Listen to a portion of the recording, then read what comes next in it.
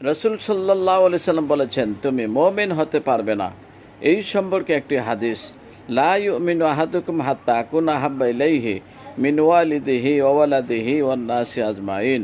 হযরত আনাস থেকে বর্ণনা, তিনি বলেন, রাসূল আকরাম সাল্লাল্লাহু আলাইহি সাল্লাম বলেছেন, আমি নবী তোমার কাছে যতক্ষণ পর্যন্ত তোমার মা বাপ ছেলে মেয়ে পৃথিবীর সকল মানুষ থেকে আমি প্রিয় না হব, ততক্ষণ পর্যন্ত তুমি কামেল মুমিন হতে পারবে না।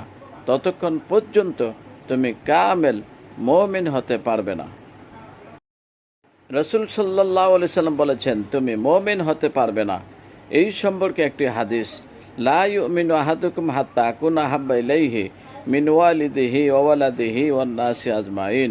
হযরত আনাস থেকে বর্ণনা, তিনি বলেন, রাসূল আকরাম সাল্লাল্লাহু আলাইহি সাল্লাম বলেছেন, আমি নবী তোমার কাছে যত